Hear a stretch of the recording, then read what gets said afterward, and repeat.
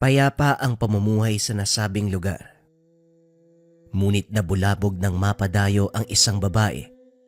Kinahumalingan ng lahat, lalo na ng mga kalalakihan.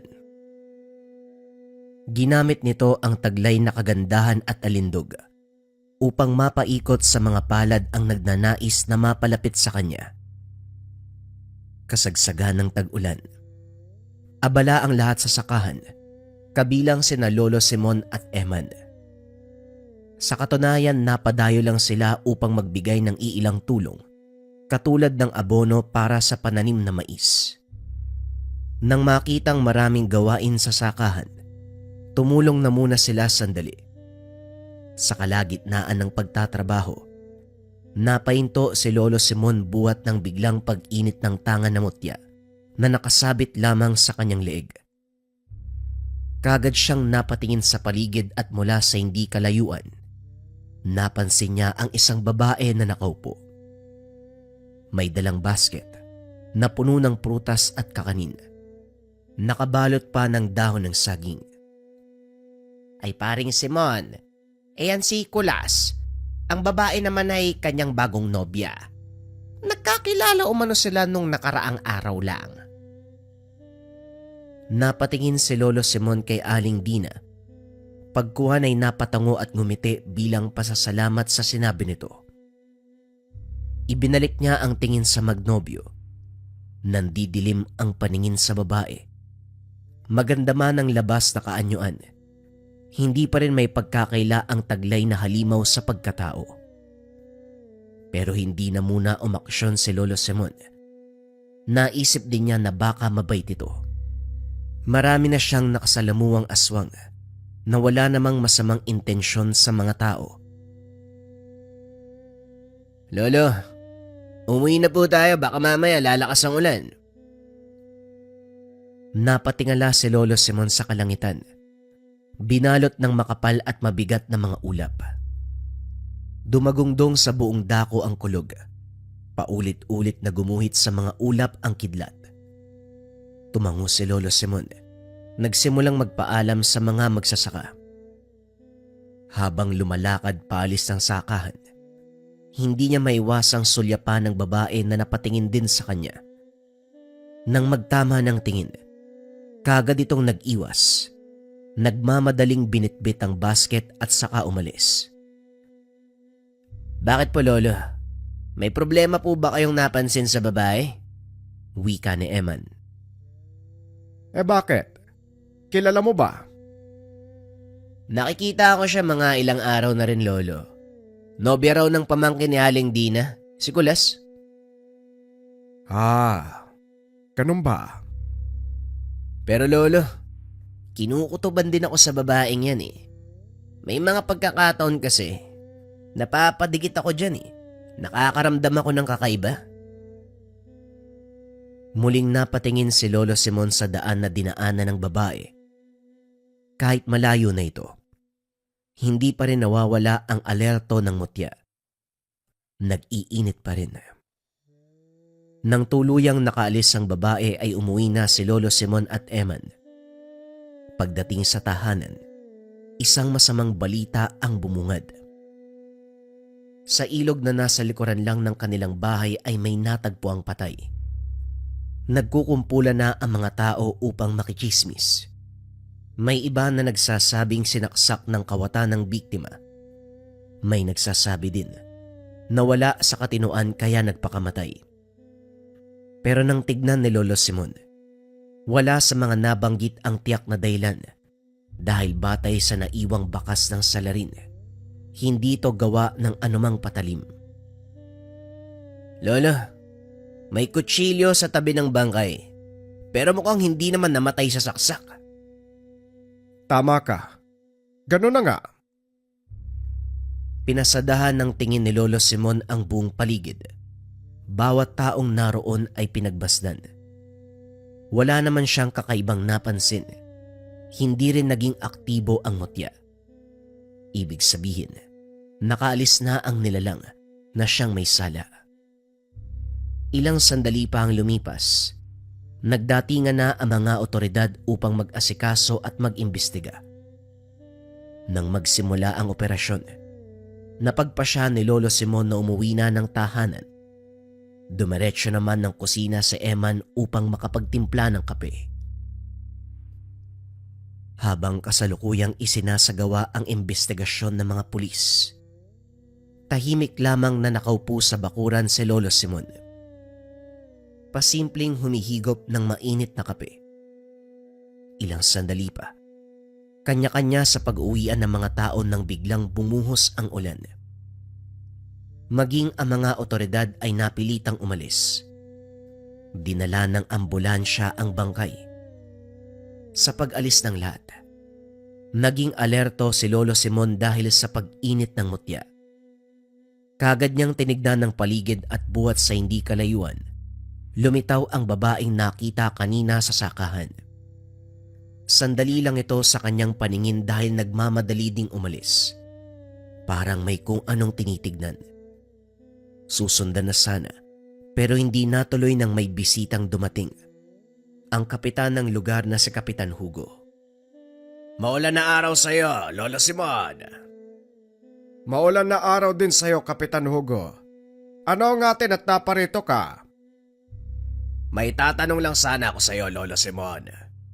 Itong lugar natin, makailang ulit ng dinalaw ng aswang. Ngayon lang may patay na natagpuan dito malapit sa inyo. Sa Sitio 1 at Sitio 5. Hindi ko na alam kung anong gagawin eh. Dito sa atin, ikaw lang ang may kakayahan na tumapat sa mga nilalang na yan. Ay sana naman matulungan mo ang barangay natin.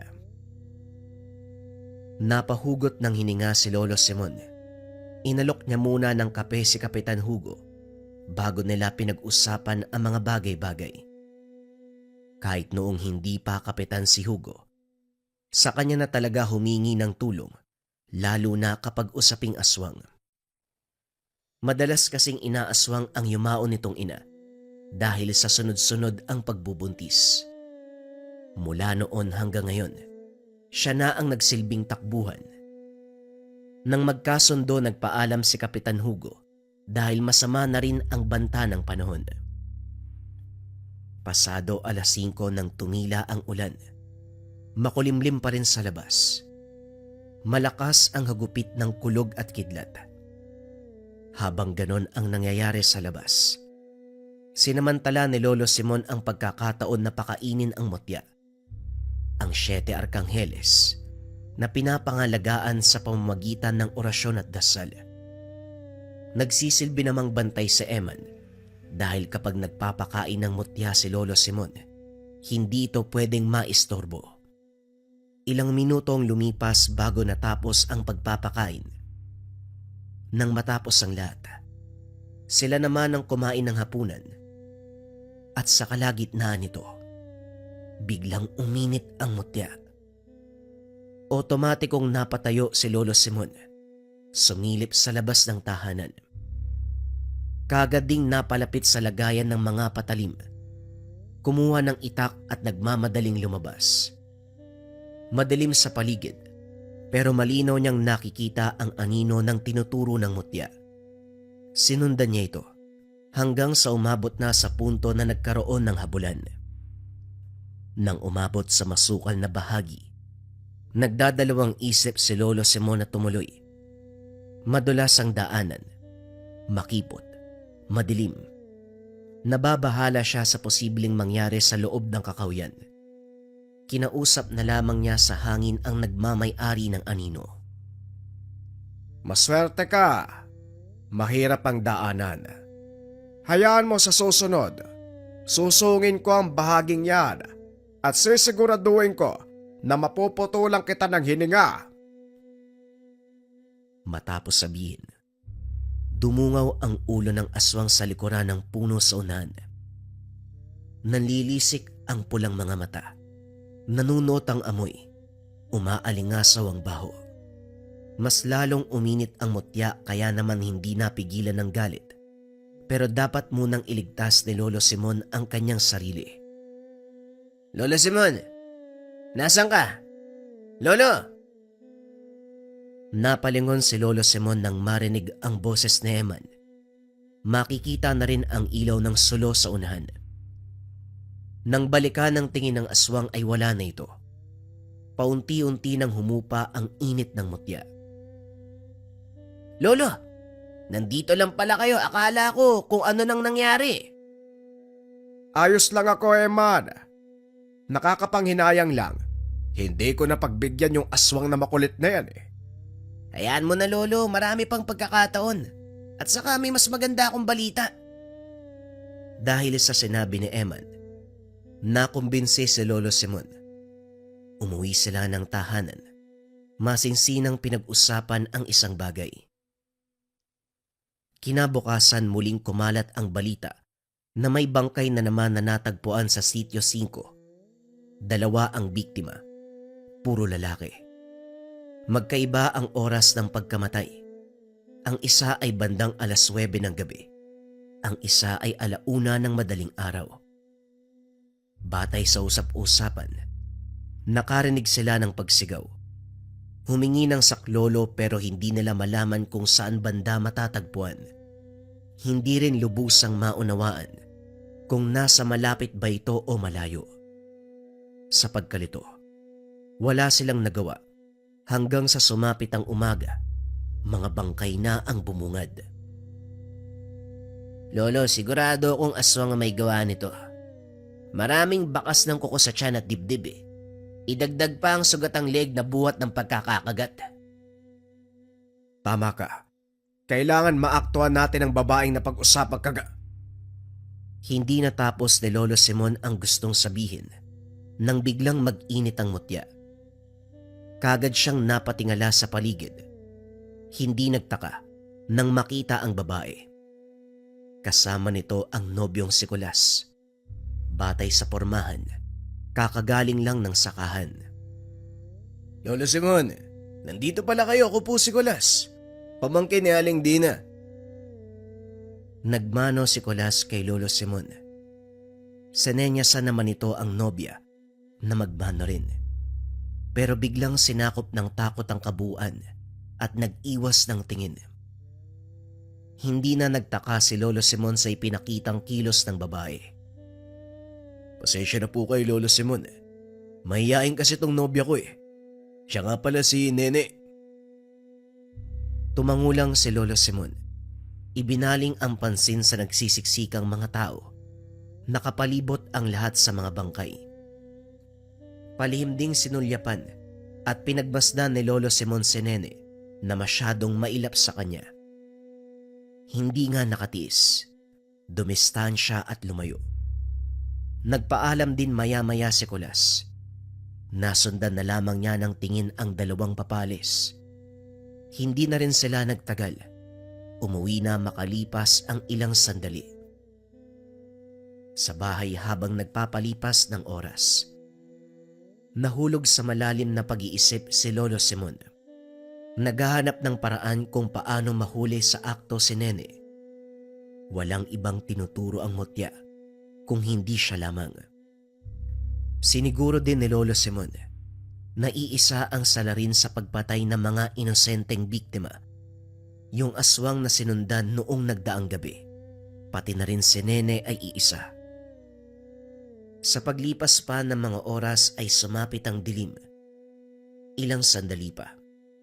Lumabas si Lolo Simon bitbit ang matalim na itak. Sinindihan ni Eman ang mga sulo sa bakuran. Lolo, mag-iingat po kayo. Tumangulang si Lolo Simon sa apo. Nang makita ang aswang na tinuturo ng tangan, hindi na nag-aksaya ng oras. Kagad sinundan ng bakas. Nakarating siya sa Sitio 3. Malapit lang ang sityong ito sa kanila. Buwat sa hindi kalayuan nakita ang isang binatilyo at isang babae. Naghahalikan pa ang dalawa. Namukaan ni Lolo Simon ang lalaki. Ito ang apo ni Aling Tonya. Pero ang babae ay hindi nakilala dahil nakatalikod. Pinagmasdan lang niya ang galaw ng dalawa hanggang sa mas lalong uminit ang mutya. Ilang sandali lang. Hindi na tao ang kahalikan ng lalaki. Napasigaw ng mapagtanto ang karap. Lumapit si Lolo Simon. Hinila palayo ang binata na nagkaroon ng malaking sugat sa leeg. Tatagay na sana niya ang aswang pero nakatakas kagad. Hindi na rin nagawang mahabol dahil inalala ang binatang naghihingalo. Dinala ni Lolo Simon ang binata sa mismong tahanan pero hindi na naagapan dahil binawian ng buhay. Napahagulgol. Nagwawala si Aling Tonya sa sinapit ng apo. Diyos ko! Sino bang may gawa nito sa apo ko? Nakita ko ang apo mo na may kasamang babae. Nagbabalat kayo lang yon.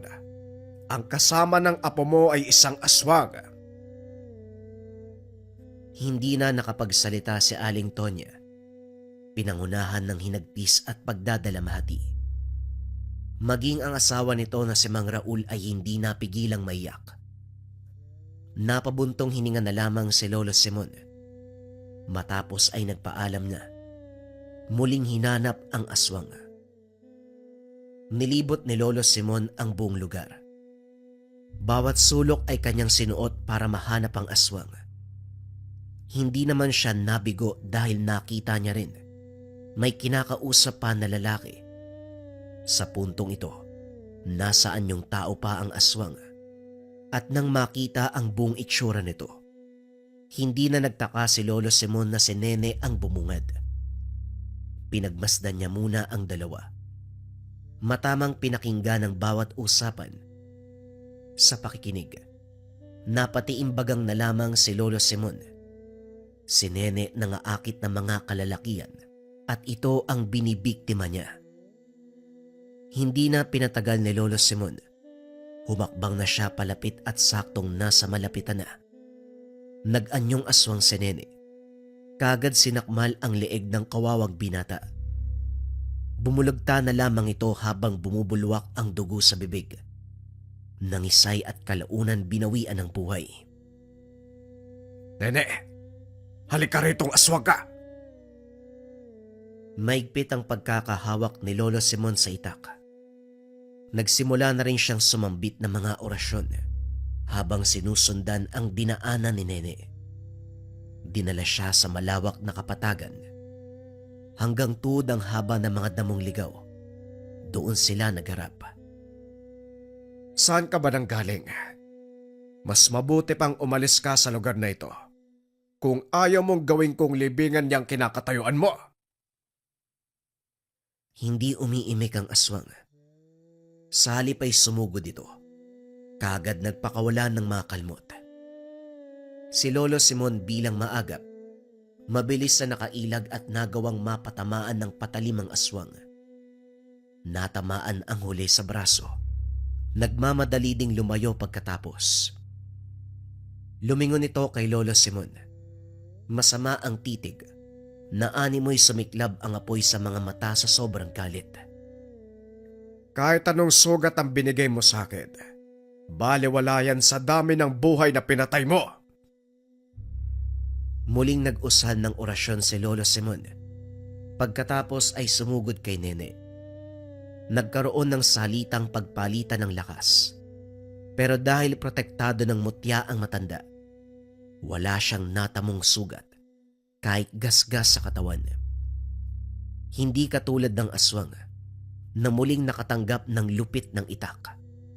Pero nakawala rin matapos mapasubsob sa damuhan si Lolo Simon gawa ng pagkadulas sa naapakang bato. Pagtayo niya, pag-alingasaw na lamang ng amoy ni Nene ang naiwan sa hangin. Makalipas ang ilang sandali, unti-unting humupa ang init ng mutya. Wala na ang aswang sa lugar. Hindi man natuluyan, hindi na rin nang hinayang si Lolo Simon dahil sa wakas nakilala niya kung sino nga ba ang aswang. Kinabukasan dumalaw si Lolo Simon at Eman sa burol ng apo ni Aling Tonya.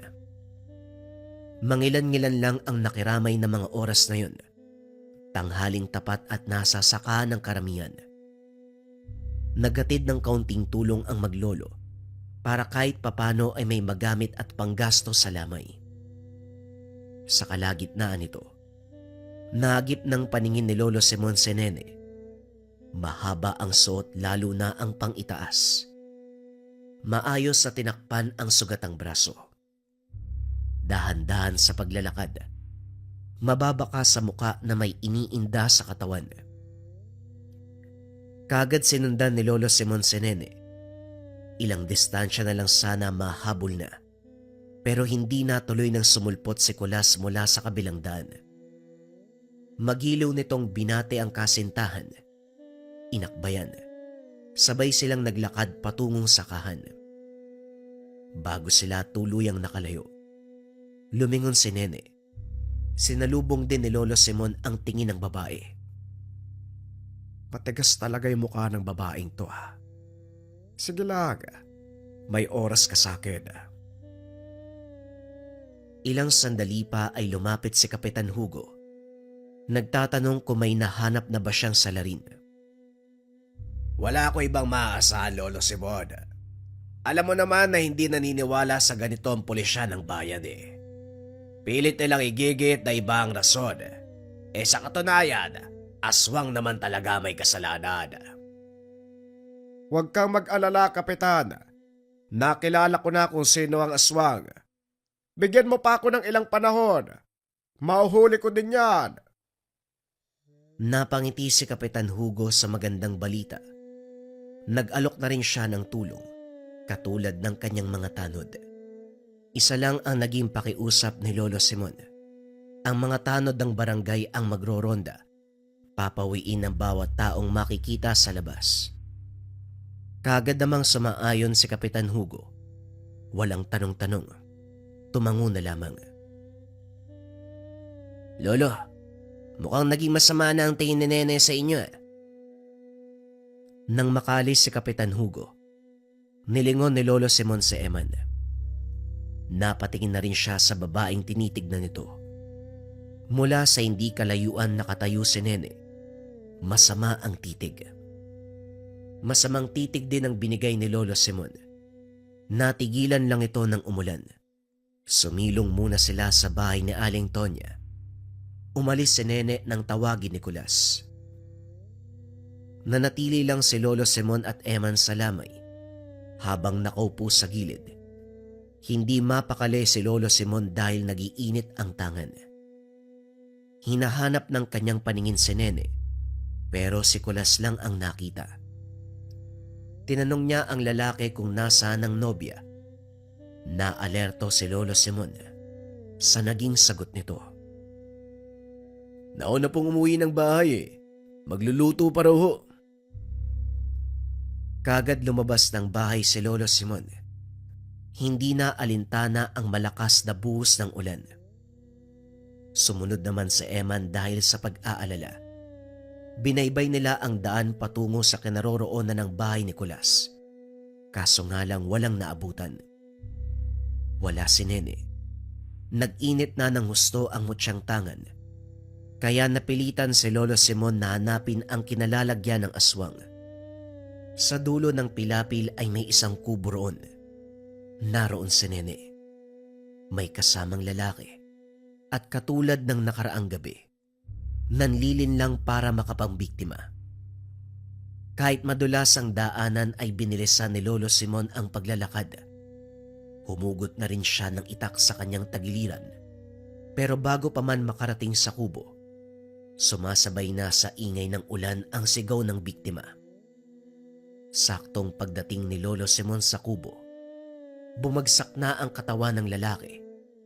Nahawakan naman niya ang aswang at tinaga. Natamaan sa likuran kaya gano'n na lamang ang pagwawala.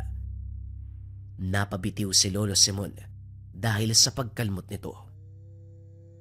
Hindi naman siya nasugatan pero kakaiba pa rin ang lakas sa taglay ng aswang. Napadaing siya nang tumama ang likod sa dulo ng mesa sa gilid.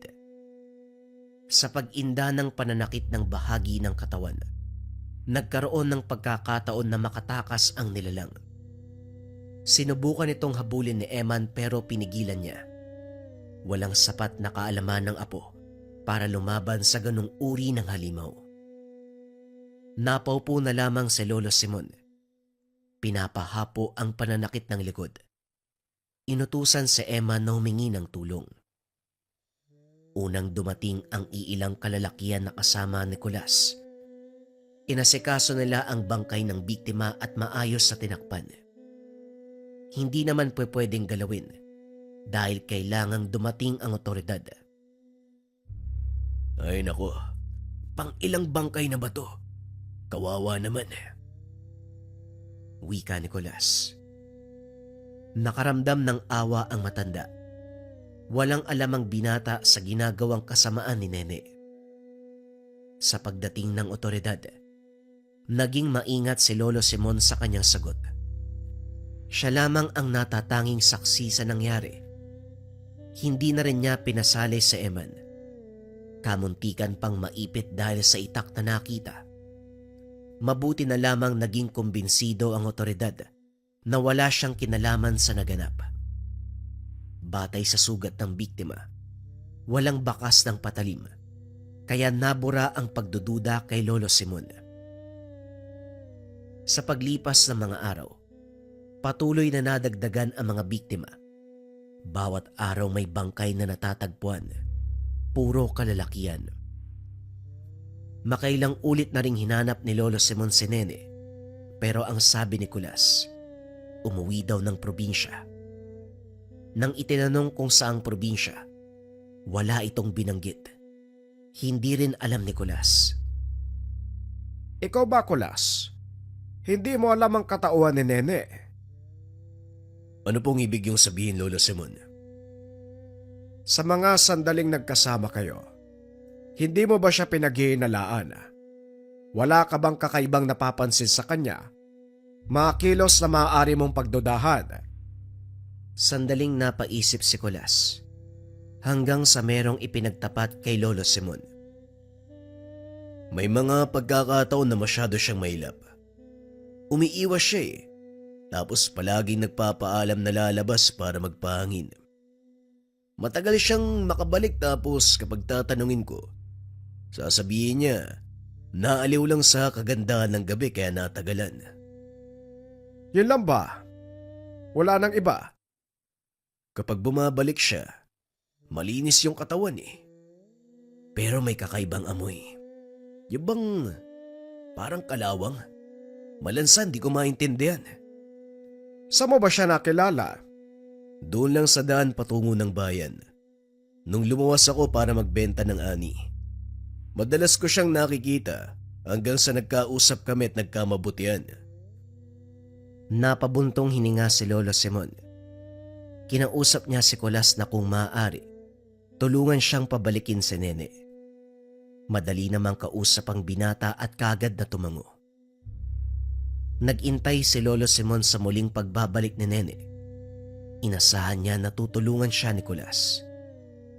Habang naghihintay sa pagbabalik, inihanda na rin niya ang sarili at sinigurong nasa kondisyon ang mutya sa sandaling magkarap sila ng aswang.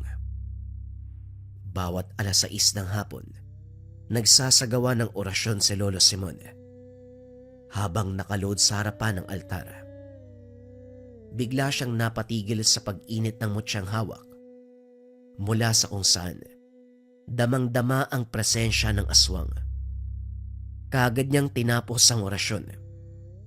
Nagmamadaling lumabas at sinundan ng direksyon na itinuturo ng mutya. Katulad ng inaasahan, nakabalik na si Nene na ngayon ay may binabalak namang biktimahin. Kagaya ng paulit-ulit na paraan ng panlilinlang ni Nene, inaakit niya ang biktima at sa sandaling bumigay ang kausap, sa kanya susunggaban. Bago pa ito mangyari, lumapit na si Lolo Simon. Nabigla naman si Nene, nanginginig ang buong katawan.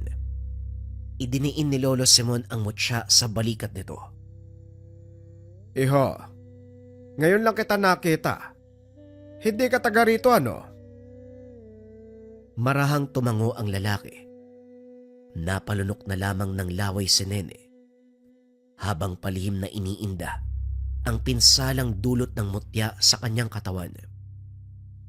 Sige na, Iho. Umalis ka na dito. Silang dalawa ni Nene ang natira. Nagsimula na ang gulo. Nanlaban ng dalaga.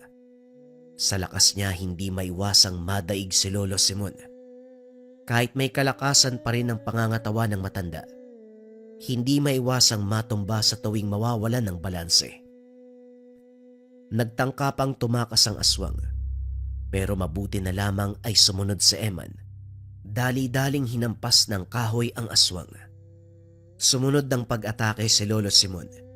Paulit-ulit na tinaga ang babae. Natigilan na lamang ang matanda nang hindi na gumagalaw si Nene. Patay na yata, Lolo ah. Ilang sandali ang lumipas ay biglang sumunggab si Nene. Itinulak pa si Eman at nagmamadaling tumakas. Nang makabawi si Lolo Simon, binitbit muli ang itak at hinabol si Nene. Kahit mahirap ang daanan, sinika pa rin niyang makaakbang. Hindi kailanman inalis ang tingin sa sinusundang aswang. Hanggang sa nakarating sa masukal na bahagi ng kagubatan, napahinto si Lolo Simon. Lumakas lalo ang pag-ulan. Nagdadalawang isip siya na sumuot sa gubat. Sa bawat pagakbang ni Lolo Simon ay siya ring paglakad ni Nene palayo. Nakatitig lamang sila sa isa't isa. Maigpit ang pagkakahawak ni Lolo Simon sa itak. Palihim na umuusal ng dasal sa isipan. Kahit basang-basa ang katawan dahil sa ulan, nararamdaman pa rin ang pag-init ng mutya. Ilang sandali pa sumugod na ang aswang. Naging handa si Lolo Simon at kagad sinalubong ng taga ang nilalang. Nakailag pa ito nung una, pero napuruhan din sa uli. Tumama ang talim ng itak sa mismong pisngi nito. Itatarak sana ni Lolo Simon ang patalim sa tiyan nang marinig ang boses ni Kulas. Sandali siyang nalingat at muli natakasan na naman. Susundan sana niya ang bakas ng dugo sa mga laman nang bumungad sa mismong harapan si Kulas. Nagtaka pa ito nang makita siya. Lolo Simon, anong ginagawa niyo dito sa gubat? Masyadong malakas ang ulan ah. Madulas. Ikaw ba? Anong ginagawa mo rito? Hinahanap ko si Nene eh. Napagsabihan ko siya kanina dahil ayaw niyang pumunta sa inyo. Nakita ko siyang sumuot dito pero hindi ko naman mahanap. Nandito siya kanina, Kulas eh. Tatapusin ko na sana kaso bigla kang dumating. Teka, tatapusin? Papatayin? Eh bakit naman? Oy Lolo Simon, sumagot ka. Ano bang kasalanan niya? Teka, ikaw ba ang may gawa ng mga sugat niya sa katawan? Lolo Simon, hindi ko alam na ganyan ka kasama. Wika ni Kulas. Tuluyang umalis sa lugar. Hindi naman magawang sisihin ng matanda ang binata dahil wala itong alam sa nangyayari. Sinundan pa rin ni Lolo Simon si Nene hanggang sa makarating sa bahay na tinutuluyan nito. Pero nang mapansin siya ni Kulas, sinarado ang pintuan. Kulas, makinig ka sa akin. Hindi tao ang kinakasama mo. Isa siyang aswang. Makinig ka. Kung ayaw mo maging ikaw ay mabiktima. Kahit anong pakiusap ni Lolo Simon, walang balak na makinig si Kulas.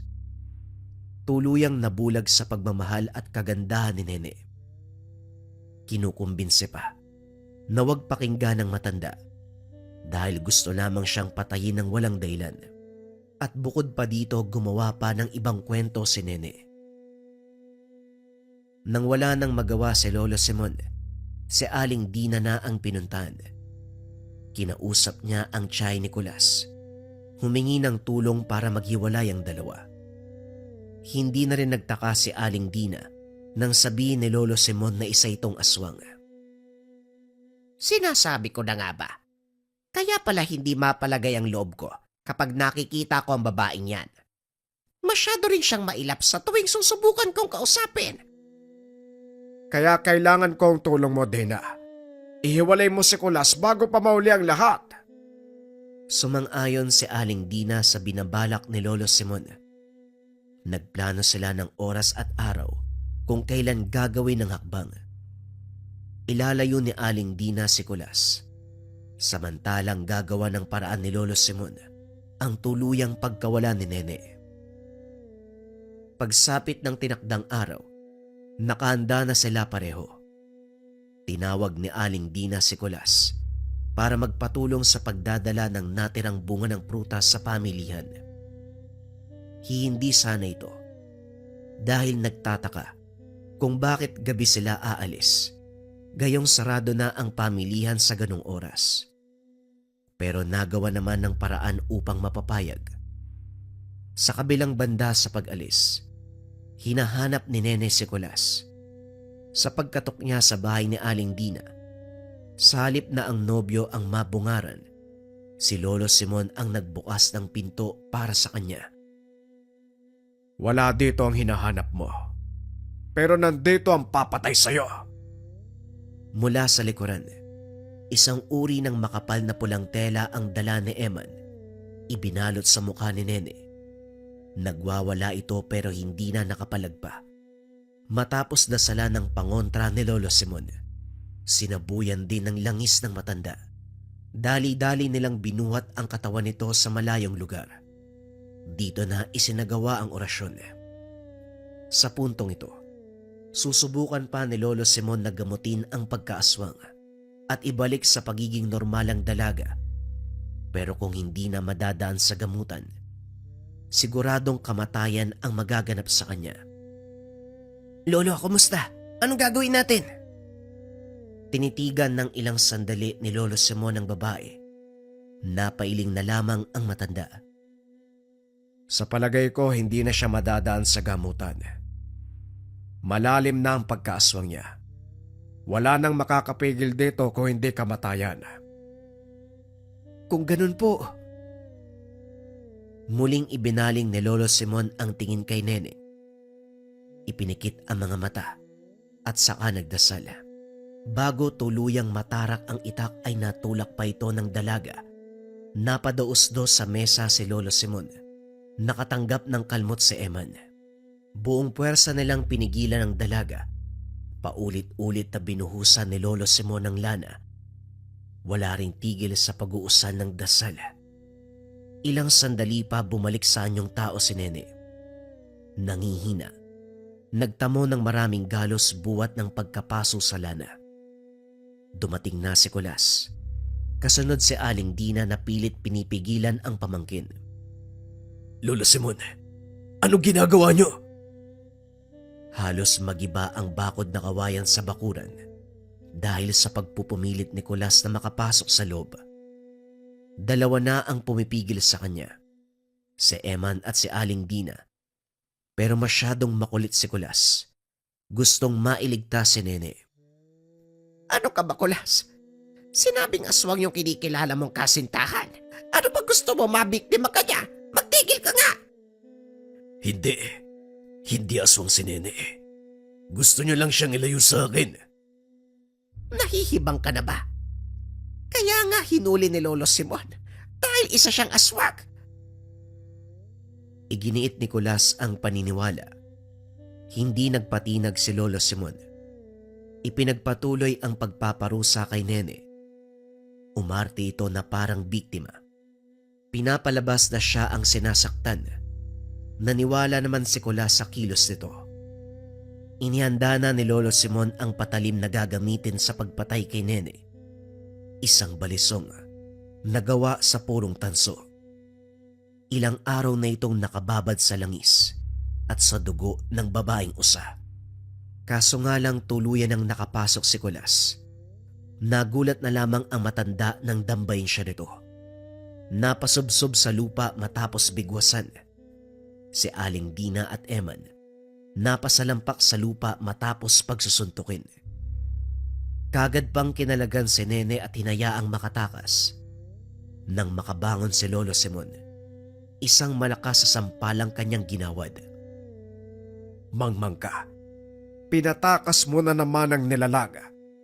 Siya ang may kasalanan kung bakit may namamatay dito sa lugar natin. Kapag nakapambiktima pa yon, ikaw ang isusunod ko, Kulas. Hindi nga aswang si Nene. Kung aswang siya, matagal niya na akong biniktima. Hindi ka pa niya ginagalaw dahil ikaw ang huling alay. Sa galit ni Lolo Simon, kamuntikan niyang mataga ng itak si Kulas. Mabuti na lamang napigilan ni Eman dahil kung hindi, baka napatay na ang binata. Kinaladkad ito ni Aling Dina at walang tigil na pinagsabihan.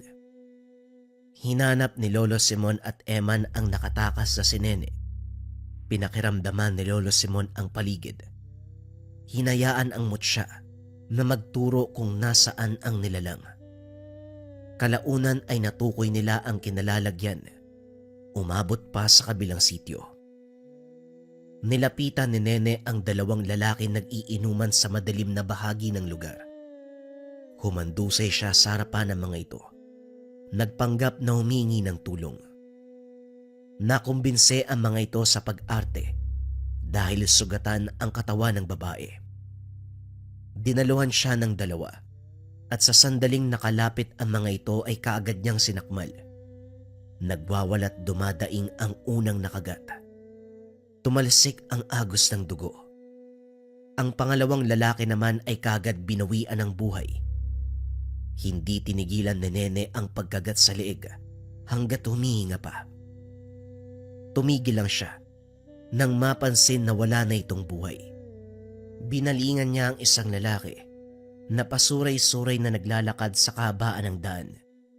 Sumisigaw ito pero walang nakakarinig dahil sa ginawa ng aswang. Nang nagtangkang sunggaban ni Nene ang lalaki, sumigaw na si Lolo Simon. Akala mo siguro, hindi kita masusundan dito. Nang marinig ni Nene ang boses ni Lolo Simon, kaagad siyang lumayo sa lugar. Hindi rin pwedeng pabayaan ni Lolo Simon ang nag-iingalong lalaki. Binigyan niya muna ng paunang lunas.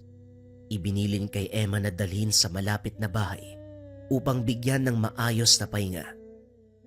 Pagkatapos ay sinundan na si Nene. Nakarating si Lolo Simon sa bahay ni Kapitan Hugo.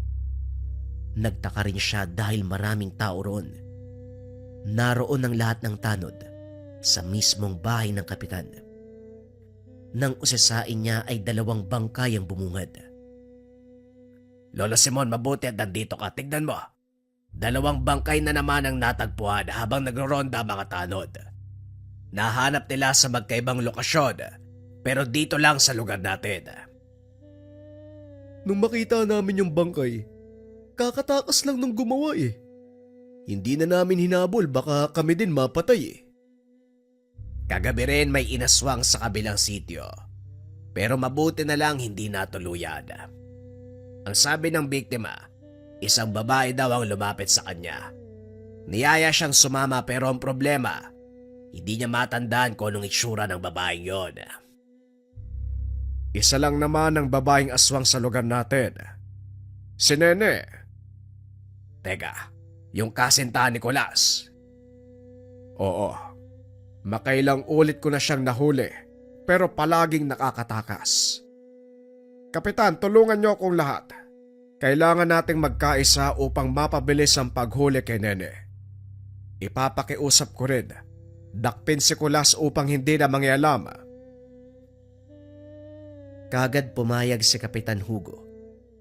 Inutusan niya ang mga tanod na sundin kung anuman ang sasabihin ni Lolo Simon. Nagsikalat na sa buong lugar ang mga tanod. Samantalang pinuntahan naman ni Kapitan si Kulas. Pansamantalang kinulong upang hindi makagambala sa isinasagawang operasyon. Ilang oras ang lumipas. Wala pa ring Nene na nakita. Pero may isang bangkay na natagpuan. Sa pagkakataong ito, mas bata ang biktima, edad 12. Pinasok ng aswang ang mismong tahanan at doon pinatay. Saksi pa ang ina na nakaratay sa higaan, buhat sa iniindang sakit. Aniya babae ang aswang. Dali-daling hinanap ni Lolo Simon sa paligid. Hindi nagtagal. Siya na mismo ang lumapit. Ang tanod na kasalukuyang naghahanap sa may sagingan, bigla na lamang napasigaw matapos sakmali ng aswang. Kagad siyang tinulungan na makasama, kaso nga lang huli na ang lahat. Nangingisay, nakahandusay na lamang ang tanod, nakalaunan ay binawian ng buhay. Sugatan din matapos sugurin ni Nene at gawaran ng kalmot sa iba't ibang bahagi ng katawan. May napuruan na kagad, sumunod sa naunang biktimang tanod. Tumigil ka na, Nene. Ako ang harapin mo. Nagkaharap na si Lolo Simon at Nene. Sa puntong iyon, mas lalong agresibo ang aswang. Walang humpay sa pagtulo ang laway. Walang pasabing sumugod kay Lolo Simon. Nakailag naman siya at nagawang tagain. Kahit sa kamay tumama, nasagi nito ang galit na aswang. Sumugod ng sumugod hanggang sa paulit-ulit na natamaan. Marami na siyang sugat sa katawan.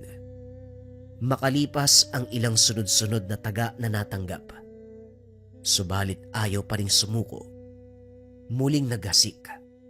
Sinubukang idamay ang mga tao sa paligid, pero hindi na makapalag matapos pagtulungan ng mga tanod at iba pang kapitbahay na kalalakihan. Bugbog sarado na si Nene, pero hindi ibig sabihin ay malalagutan ang hininga. Pinatigil ni Lolo Simon ang mga ito at pinalayo muna. Ako nang bahala kay Nene. Sisiguraduhin ko na pagbabayaran niya ang lahat ng kasalanan niya. Dumating na si Eman. Dinala ang nangihinang si Nene sa malawak na kapatagan, malayo sa mga tahanan. May iilan na sumunod sa kanila upang masaksiyan ang gagawing paniningil ng kasalanan. Dahil walang dalang panali, maiging binantayan ni Eman ang galaw ni Nene. Hindi na ito naglikot pa. Wala nang lakas sa katawan. Hindi na rin halos maimulat ang mga mata. Tapos na, Nene. Tumigil ka na. Kailangan mo nang manahimik. Inilabas ni Lolo Simon ang langis. Kasabay nito ang paghawak sa purong tansong balisong. Habang nagdarasal si Lolo Simon, maigpit namang hinawakan ni Eman si Nene mula sa likuran. Nagwawala ito, pero hindi na malakas. Ibinoon ni Lolo Simon ang patalim. Dahan-dahang napalood si Nene at nalagutan ng hininga. Makalipas ang ilang sandali, nagtulong-tulong ang mga tanod para mahukay ng libingan ng bangkay na aswang. Habang isinasagawa ito, tahimik na nagmamasid si Lolo Simon. Hindi lamang ito normal na pananahimik dahil sa kanyang isipan, nagsasagawa ng isang orasyon. Natapos na lamang siya nang matabunan na ang bangkay. Lolo Simon, maraming salamat sa tulong mo. Sa wakas, wala na rin ang bibig, di ba? Ngumiti na lamang si Lolo Simon matapos magsalita ng kapitan. Laking gulat ng matanda nang lumapit sa kanya si Kulas. Humingi ng kapatawaran sa kanyang kilos. Natauhan na ang binata. Naintindihan nito ni Lolo Simon dahil biktima lang din siya. Binalaan na lamang niya ang binata. Huwag magtitiwala kagad. At higit sa lahat, huwag mabulag sa kagandahang panlabas. Matapos ng kaganapan ay umuwi na sila ng bahay. Dumiretso si Lolo Simon sa altar. Nilinis ang balisong na nadungisan ng dugo ng halimaw. Pagkatapos ay nilinisan din ang sarili. Hindi na rin pinatagal pa ni Lolo Simon. Lumuhod na siya sa altar at nagdasal. Ang kasunod niyang ginawa ay ang orasyon para sa mutya upang magpasalamat sa pagliligtas sa kanya. Lumipas sa mga araw, wala nang nabalitaan si Lolo Simon. Naging payapa man ang buong lugar. Hindi pa rin nagpapakampante dahil maraming kahina-hinalang tao ang dumadayo. May ilang nagpapanggap na mamimili, Idinadaan sa pagpakyaw ng mga yamang bukid ang pakikitungo sa mga tao. Pero wala namang nagtatagumpay dahil bantay sarado na ang buong lugar. Nagmistulang malaking aral sa buong baryo ang kaganapan lalo na sa mga kalalakian. Karamihan sa kanila, hindi na nagpapadala sa kagandahan at kahit maraming pera pa ang binubungad ng mga mamimili, hindi nagtitiwala kaagad ang mga taga-sityo. Tunay ngang ang karanasan, ang isa sa pinakamalakas na aral na matututunan ng tao. Kahit kailan, hindi nila makakalimutan na sa likod ng magandang dalaga, isang halimaw ang nagtatago. Malaki din ang pagpapasalamat nila kay Lolo Simon dahil sa pagpatay sa nilalang. Buwis buhay man ang trabaho, matagumpay niyang binawian ng buhay ang aswang gamit ang tangang mutya at ang balisong na gawa sa purong tanso.